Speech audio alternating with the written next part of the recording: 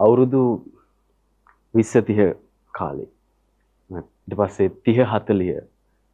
ඊට පස්සේ 40 ඉඳලා 50ට 50න් පස්සේ සර් පුද්ගලිකව එක්ස්පීරියන්ස් කරපු ප්‍රේමයේ පරිණාමය වෙනස්කම් වෙලා තියෙනවද? කොහොමද ඒක දැනෙන්නේ? ඔයා ඉඩ දෙනවා නම් මං චූට්ටක් පළවෙනි වතාවට ප්‍රෝග්‍රෑම් එක නිකන් මං කියන්නේ යනවා. මට ඉස්සල්ලාම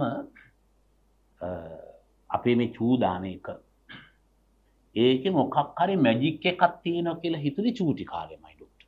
ඒකට උනේ දැන් ඔළුව අල්ලන්න දෙනවනේ අපිට මුකුත් කියන්නේ නැහැ නේ මං ඔළුව අල්ල ගත්තට. මං කන් දෙක අල්ල ගන්නවා මං බණ්ඩියට ගගහ ඉන්නවා මම සෙල්ලම් කරනවා මම මගේ පුකට තට්ටු දා ගන්නවා මේ කකුලට තට්ටු දා හිටියට හැබැයි නිකන් ජංගියස්සේ මේකල්ලොත් ඉම චී චී චී චී පුතා කියනවනේ. ඒ තහංචි ඇතුළ වෙනවා මේකේ මොකක් හරි මැජික් එකක් තියෙනවා. එහෙම නැත්නම් මේක තියෙන්නේ හුජ්ජ කරන්න විතරක් නෙමෙයි මේකෙන් තව මොකක් හරි තියෙනවා එකක් කියනවා. මේකත් එක්ක කුතුහලයක් එනවනේ අපිට මේ විරුද්ධ ලිංගිකයාගේ මේ ජංගියස්සේ මොකද්ද තියෙන්නේ කියලා. මේකත් එක්ක මම හිතන්නේ අර චූටි කාලේ මේ ඔය පොඩි උන් සෙල්ලම් කරද්දී ඒ කියන්නේ මට වයස් සීමාව කියන්න බෑ අවුරුදු 5 6 විතර කාලෙත් සෙල්ලම් කරද්දී අපේ ගෙවල් වල සෙල්ලම් කරද්දී සහ අපි කොහේ හරි ගිහලා සෙල්ලම් කරද්දී දෙමාපියෝ කියනවා පුතා පේන හරියක සෙල්ලම් කරන්න කියලා. මේ සමහරට දිඳට වැටි සර්පෙක් ගහයි කලවරේ යන්න එපා අනතුරක් වෙයි කියන කැලිත් මේකේ තියෙනවා. පේන හරිය කියන ලිඳට වැටි. පේන හරිය කියන පාරට පයින් එපා වාහනයකට හැප්පෙයි. පේන හරියකින් බල්ලෙක් කපයි සර්පෙක් ගහයි අනතුරක් වෙයි වේල්ලෙන් පැල්ල හැට වැටි. වෙයි මට තව කෑල්ලක් හිතුණානේ. මේ දෙමාපියෝ පේන හරියකින්ද කියන්නේ වැඩිහිටියෝ දන්නවා. මුන් එක මොකක් හරි උච්චපටයක් චුච්චුපුටියක් කරගන්න ඉඩ තියනවා එකක්. එතකොටත් මට දැනුණා මේක গুপ্ত කෑල්ලක් මේකේ තියෙනවා සහ ඒ গুপ্ত කෑල්ල හරි රහයි කියලා දැනෙනවා. මේ නිසා තමයි මම හිතන්නේ වෛද්‍යරු කියනවා මම අහලා තියෙනවා මේ පිරිමි ළමයෙක්ගේ ගෑල් ළමයෙක් බාත්රූම් එකට ගියාම ડોක්ටර් ගහන්න එපා ඉක්මනින් එන්න කියලා. එයාට අඩු ගානේ ස්වාධීන තනියෙන් ඉන්න පුළුවන් ලෝකයක් තියෙන. එච්චර එයාගේ ජීවිතෙත් එක්ක පොඩි වෙලාවෙ ඉන්න දෙන්න. මම දන්නවා දොරට ගහනවා සමහර ගෑනු. පිරිමි. මෙන්න මේ විදිහට දැනුණාගෙන් පස්සේ මම හිතන්නේ මට ඉස්සල්ලාම පහේ ශිෂ්‍යත්ව විතර වෙනකොට තමයි මේ යහල බැද්දි පන්සලට එන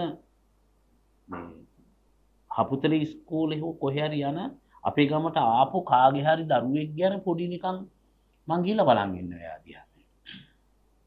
චූටි කාලේ. විරුද්ධ ලිංගිකයා අපසේ තිබුණා. ඊට පස්සේ ඉස්කෝලේ යන කාලේ මං හිතන්නේ ග්‍රේඩ් 10 විතර එනකන් සම්බන්ධතා 5ක් විතර. ඒකෙන් දෙන්නෙකුට විතර නිකන් මරා ඒ කාලේ හැට මරාගෙන මරනවා වගේ. හැබැයි මේ ඒ 10 පන්ති වෙනකන් විතර ડોක්ටර් දරන් හිටියේ නෑ මේ. ඔය මට හොඳට මතකයි මං ආස ගෑල්ල මේක එක්ක මං ඔය කෝච්චි පාරේ යනවා ඉස්සර. දවසක් ගුරුවරයෙකුට හම්බුණාමත් මගදී කිව්වා සෙන්සුරාදා දවසක ආද කොටුවක් පැනලා නේද කියලා. අනේ කොටුවක් පැන්නේ නෑ සර් දැන් ඇත්ත කියන්නම්. රේල් පාර දිගේ ඇවිදගෙන ආවා. මොකද කොටු පනින්න බයයි. කොටු පැන්නේ ඕගොල්ලෝ. වැඩි හිටි වුණා. හරිද?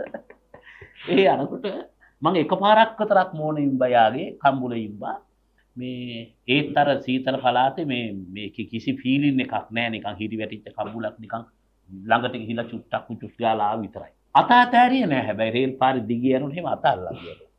මට හොඳට මතකයි මේ ඇඟිලි අත් එහෙම අල්ලන් ගිහිල්ලා අර තෙතත් එක්ක දාඩියයි පව්. ඒක තමයි ඒක හිතපු ප්‍රේමය. මම ඉස්සල්ලාම කෙල්ලෙක්ගේ මේ තොල් කිස් කරන්න පුළුවන් කියන එක දරන් ගත්තේ කොළඹ ඇවිල්ලා ලේලි චැට් ලිස්ලව ෆිල්ම් එක බලුවා.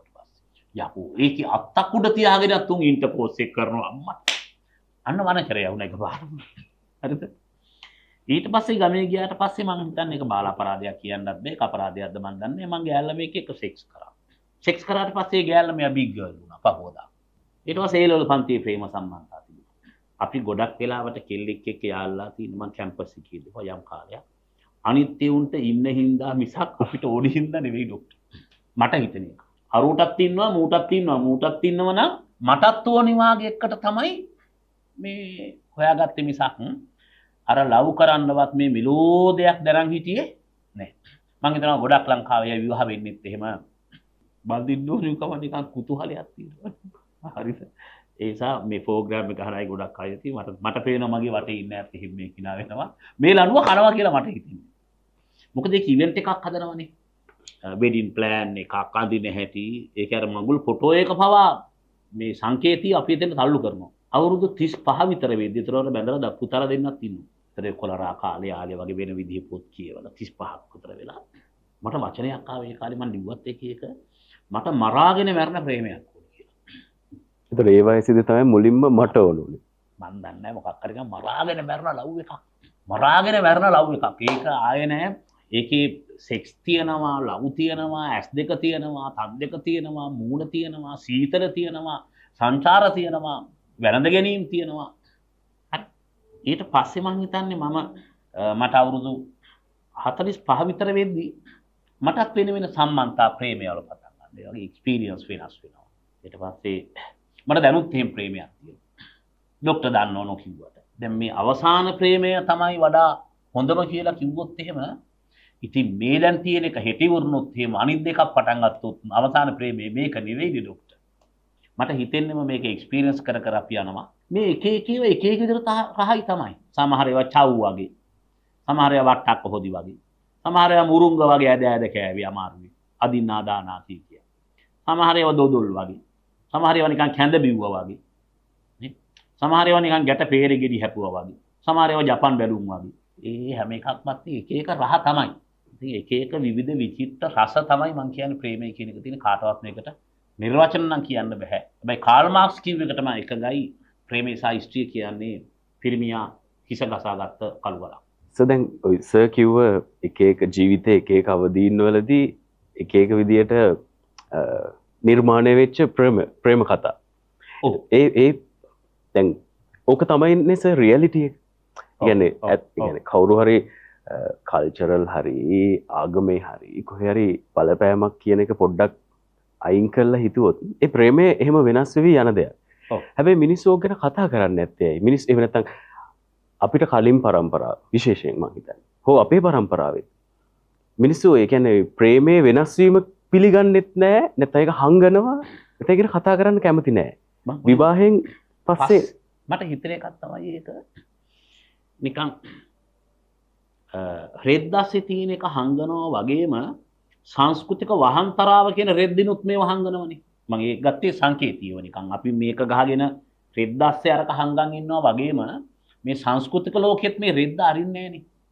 ඒ කියන්නේ අපි පල්ලියේ රෙද්ද ඇරියොත් එහෙම, පන්සලේ රෙද්ද ඉසුවොත් එහෙම, කෝවිලේ රෙද්ද ඉසුවොත් එහෙම, ඉස්කෝලේ තිරේ ඇත්තටම ඇරියොත් එහෙම, හොස්පිටල් එකේ මම කියන්නේ ડોක්ටර් කෙනෙක් මට මතකයි මේ ගමේ අර ආපු ලෙඩෙක්ව පහළට දාලා මැරුවා. ඒ කියන්නේ ඒ තිරේ ඇත්තටම ඇරියොත් එහෙම.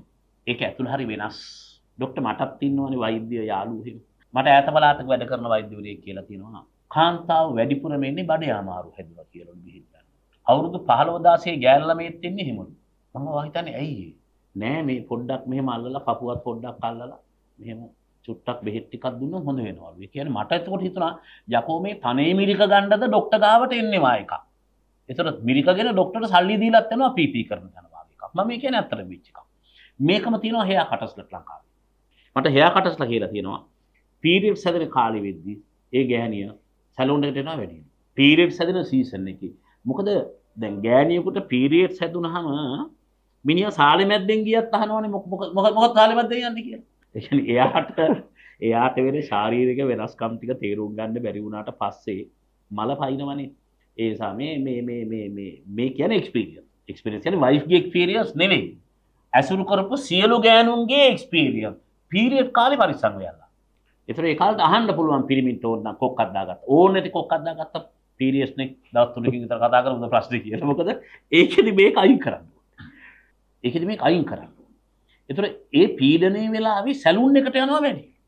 මොකද චුට්ටක් හැට්ටෙක් ගලවලා පත්තර දාලා පොඩ උරු හිස පොඩ්ඩක් මසාජ් එකක් දුන්නාම පොඩි අතල් එකක් ගන්න. වෙනදට වඩා හෙයා කටට සල්ලි දෙනවලු 5000යි නම් තව 10000ක් විතරක් දෙනවා.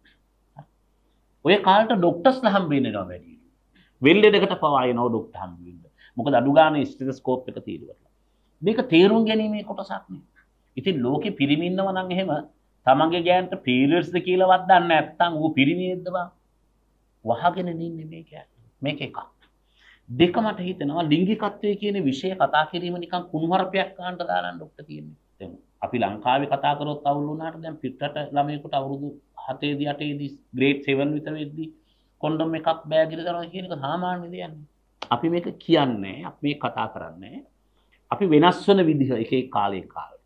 මිනිස්සු කියන්න ඕන නිසා මට හිතෙනවා ලියන්න ඕනි කතා කරන්න ඕනි කියලා. ඒ කියන්නේ දැන් කොලරා කාලේ ආලේ කියන පොත මම කියන්නේ කියවන්න කියලා අඩු ගන්න ඉන්නකම. මොකද ඒකේ තියෙනවා මේ අවුරුදු 60 පෙන්නම ඒ ඩොක්ටර් කෙනෙක් හරි ලස්සනයි උට බීලවිල චූදාන්න බැරි වුණාම ඉස්සරහත් ගෙදර අර මෙහෙම බිත්තියට මෙහෙම තියාගෙන තමයි චූදාන්නේ. මොකද උට අමාරුයි පිටකට චූදාන්න බීලවිල. හැබැයි එතකොට යාගේ වයිෆ් කියනවා මේ බැන්ද දවසේ මට මතකයි ඒවා චූදාන සද්දෙට මම බය වුණා බාත්රූම් එකේ කියලා බෙඩ්රූම් එකේ හිටියේ. ඒතර එයා හිතනවා අනිත් පැත්තට ඔව් ඒ කාලේ මට පුළුවන් මේ ටොනික් බෝතල් 3ක් විතර මීටර 3ක් විතර ඈතින් තියෙන ටොනික් බෝතලයකට මෙතන දාන් චූදාන්න හරියට. මේ කතාව කොහොමද තියෙනවා ලිංගිකත්වයේ තියෙන කාරණා. සහ මට හිතෙනවා අර සීදේවි පත්තරේ නවසරණ පත්තරේ වාගේ බලපු සහ නිලියන්ගේ පින්තූර බලාගෙන ඔය සරසය වගේ පත්තරවල මාස්ටර්බේට් කරපු પરම්පරාවට සෝෂල් මීඩියා වල ඒකෙන් උන් ඒක ලයිව් කියලා ගත්ත එකේ මාර කෙලව ගැනීමක් කෙලව ගත්තා කියලා.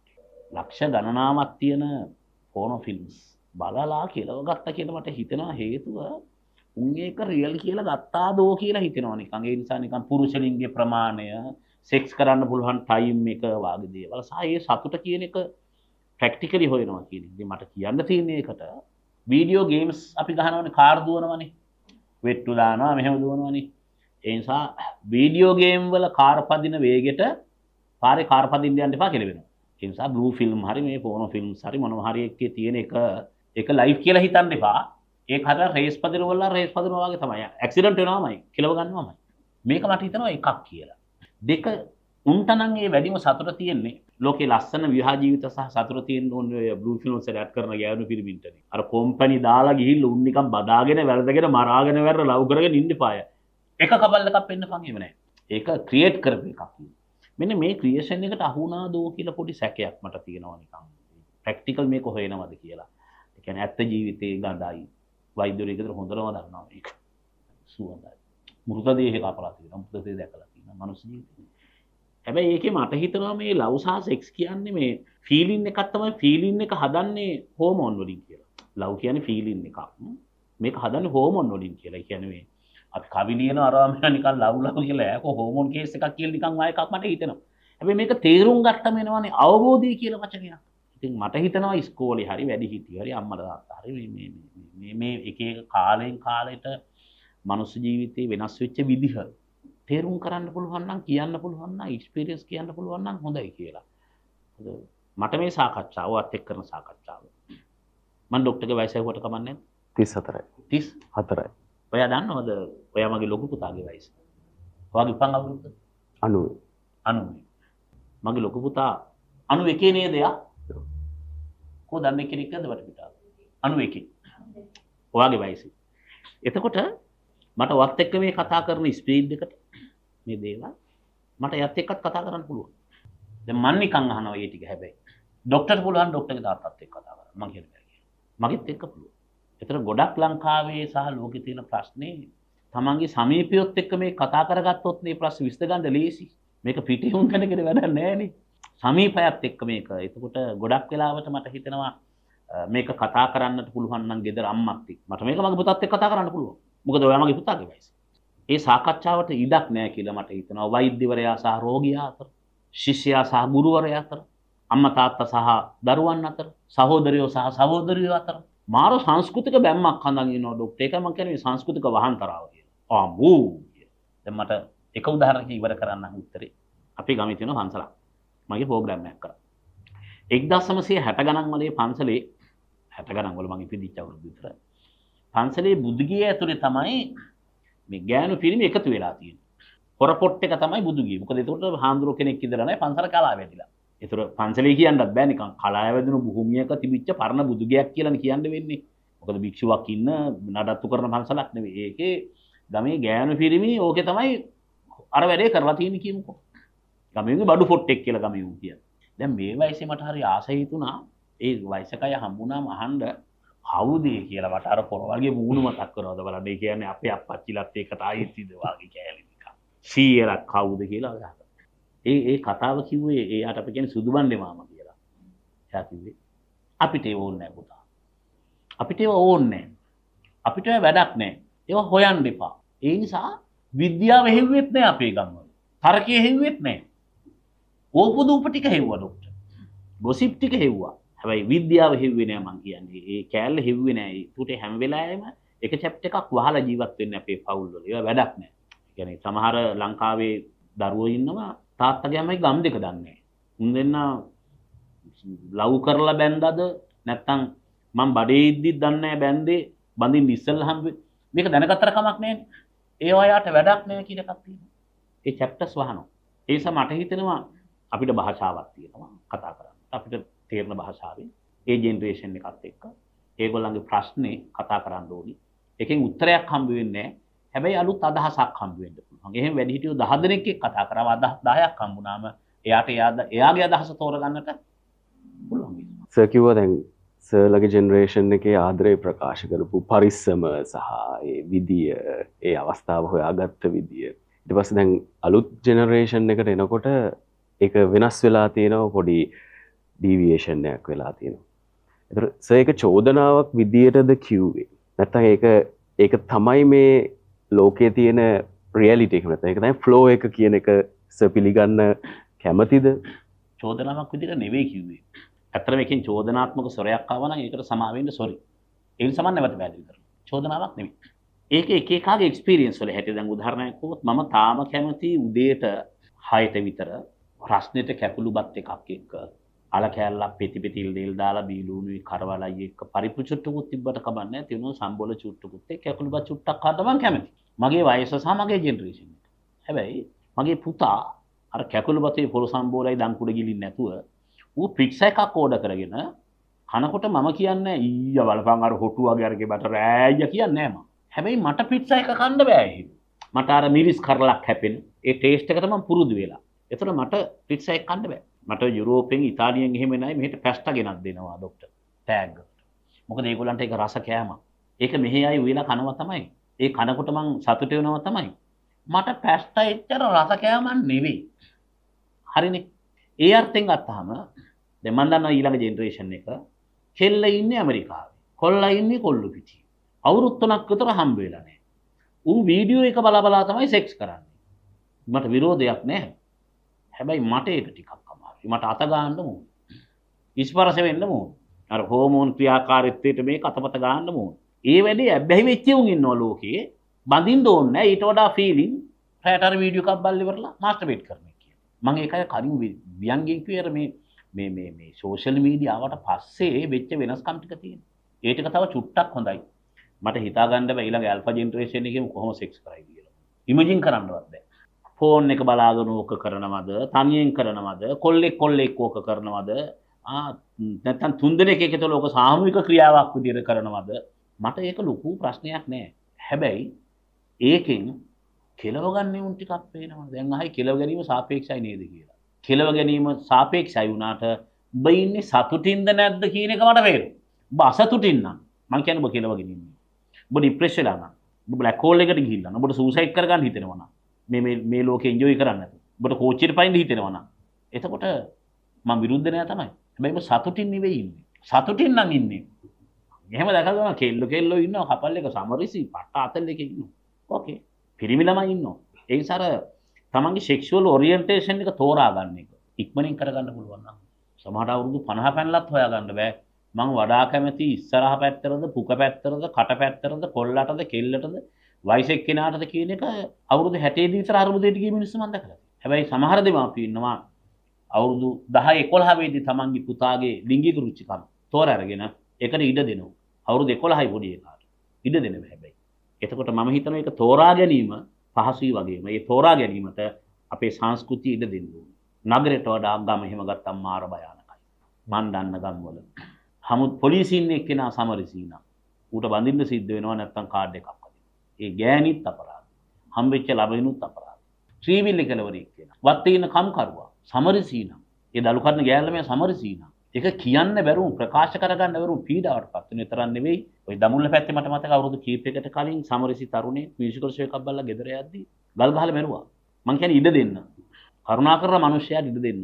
ඒ ඉඩ පාසලේ මොකද මම දන්න විදිහට ග්‍රාමීයට වඩා නාගරික පිරිම් පාසල් වල හොස්ටල් එක ගෑල් ළමයිගේ හොස්ටල් එක සමෘද්ධි සම්බන්ධතා තියෙනවා නම් ඒක නම් තෝරා ගැනීම ඉර දෙන්න බුලී කරන්න එපා. බුලී කරගෙන කෙල්ල ගිහිලා ටයි එකෙන් බෙල්ල වෙලා දාගත්තායින් පස්සේ පත්තරේ නිවුස් දාන්න හදන්න එපා. ඒ සෙක්ෂුවල් ඔරියන්ටේෂන් එකට ඉඩ දෙන්න ඕනේ කියන එක මම විශ්වාස කරනවා. එතකොට උන් සතුටින් ඉන්නේ.